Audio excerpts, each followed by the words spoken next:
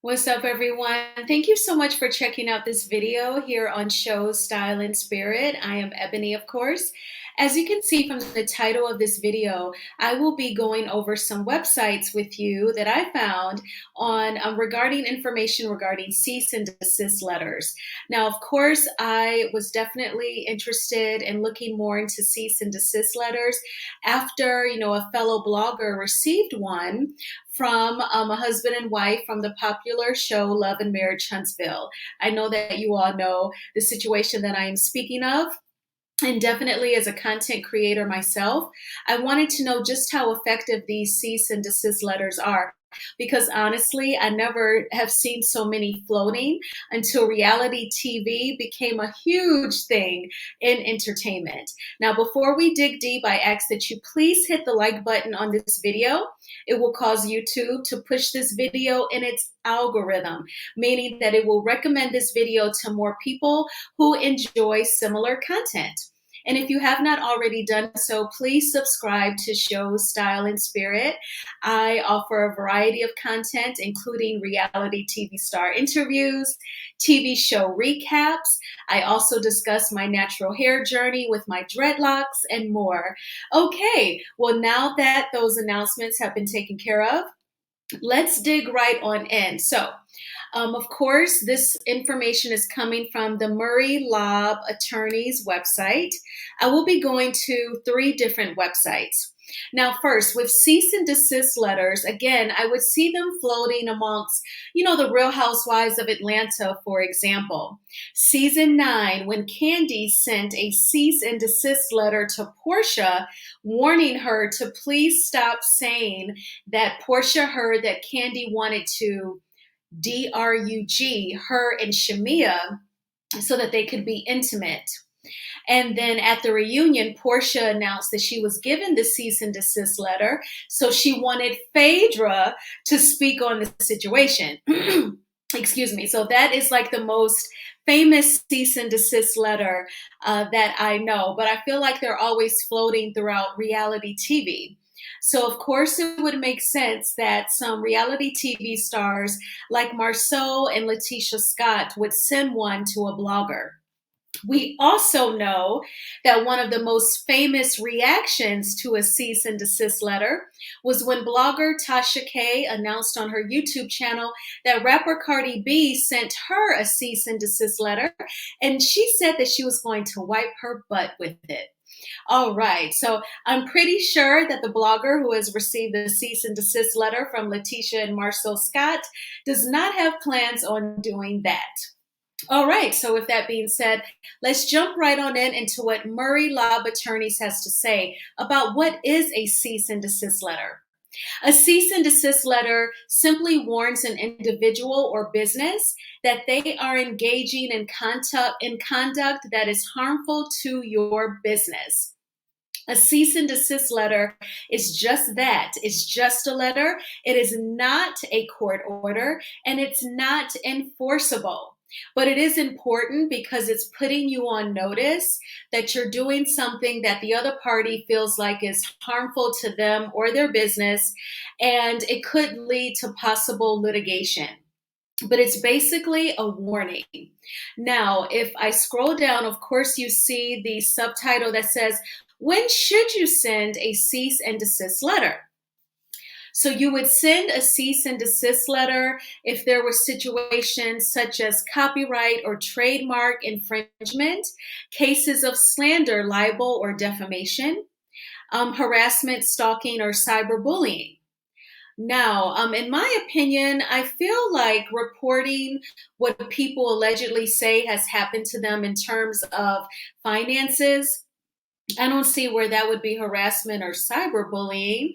I just saw where the blogger interviewed some people who, according to them, they engaged in previous business affairs with the Scotts, and things did not work out to their favor, and they wanted to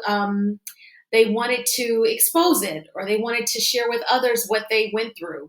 And if you've watched any of my previous videos, I described in journalism that people who actually expose if anyone is taking advantage of people or engaging in bad business, they're considered a muckraker. Muckrackers. They're kind of like a voice for the people, so that anyone who's learning of the story, reading the story, watching the story, they do not get taken advantage of either. And that is just the definition. I'm not saying that the Scots do take advantage of people, but I was relating it to content creating, with him sharing those people's stories after they engaged with business with them, allegedly, from what they have told. All right, so that is some background on the basis of the cease and desist letter. So now I want to go to another website, and this is actually coming from, let's see, this is coming from the OC patent lawyer, and I had some things highlighted. So first, I wanted to bring your attention to what is the total cost of sending a cease and desist letter. Now, according to the OC patent lawyer, the actual cease and desist letter is inexpensive. So it did not cost a lot of money for the Scots to simply send the cease and desist letter. However, if it were to get really deep, for an example, if the blogger wanted to start litigation and go through the courts for a resolve, then the person who is sending the cease and desist letter, they're going to end up shelling out more money in attorney's fees for the research and the work that would go into the court procedures. And I'm going to get into the actual term for that in just a moment. It's a declaratory judgment, or DJ.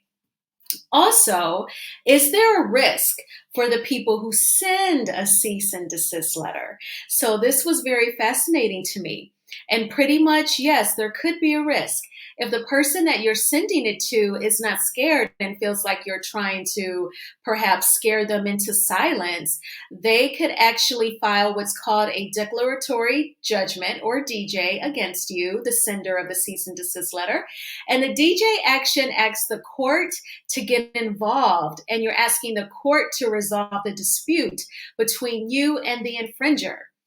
Now, that's where it gets interesting, because if deep down in your heart, if you know that some of the claims that have been expressed on the said blogger's channel is true, and they decide they want to go through the courts for a resolve, not only are you shelling out more money in attorney's fees, but it could shine a spotlight on some of these claims that have been said about you. So then the true question is, in my opinion, is that a risk that you are willing to take? Do you have the cash to pay out in attorney's fees? And do you want that confirmation of what these people have said is true? I mean, I've never been a reality TV star, but if I were a celebrity, I would ask myself, what am I okay with things, being in the wind if it's on a content creator's channel or on their blogging website? What do I have to really address? We all know how Beyonce, she's famous for many things. Her wonderful voice, her songwriting abilities, and also Beyonce is famous for not responding to people. So that is something that I feel like a lot of celebrities and a lot of reality TV stars miss the mark on. So whenever a celebrity sends out a cease and desist letter, I always wonder, is it really worth it? And upon, doing some research on cease and desist letters, I feel like my intuition was actually kind of spot on. So the person who receives the cease and desist letter, they can decide to go through the courts. Let me know what you all think about that in the comments. So then lastly, I found this other law firm's website. It is Foster Massengill Attorneys at Law. And I wanted to look into whether or not a cease and desist letter is just simply a scare tactic. And also that actually could be a thing. A cease and desist letter can also be used as a scare tactic to trick you into thinking that there will be legal recourse for not complying with its demands. Because of this, it's important to have an attorney on your side. So that's also what you want to do. Should you receive a cease and desist letter, you immediately want to have your business attorney review it to find out what is factual about the letter. How should you respond, and basically what your next step should be. So I felt like this was very interesting information. Ever since Cardi B and Tasha Gay went to actual court over the untruths about Cardi B allegedly being, a Prostitute and having Herpes. Okay, we got a spell here on Miss YouTube's platform. I knew that some celebrities would definitely always go this route of trying to silence bloggers. But I always say, whenever I would be in chats discussing the Tasha K and Cardi B case, I always felt like Tasha K was definitely wrong, and it was mean to tell such embarrassing, horrifying lies on Cardi B. However, when I was a little girl growing up and I would go to the supermarket with my mom, in the stands were all of the tabloids, and those tabloids made so much money off of celebrities, including Michael Jackson, Whitney Houston, and Oprah Winfrey. Those celebrities ring in my mind. They are just imprinted on my memory as always being humiliated in the tabloids.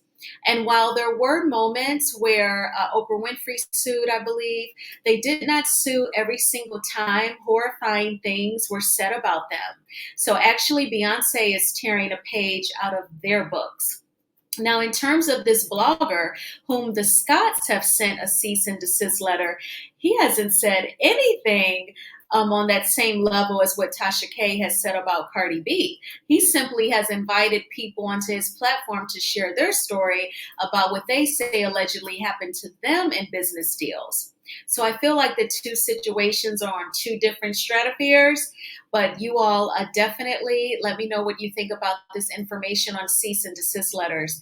I appreciate you all for watching this video. I thank you for your support as always. I ask that you please hit the like button on this video, and please subscribe to Show Style and Spirit if you have not already done so. I hope you all have a great night and a great rest of the work week, and I will certainly talk to you soon. Bye-bye.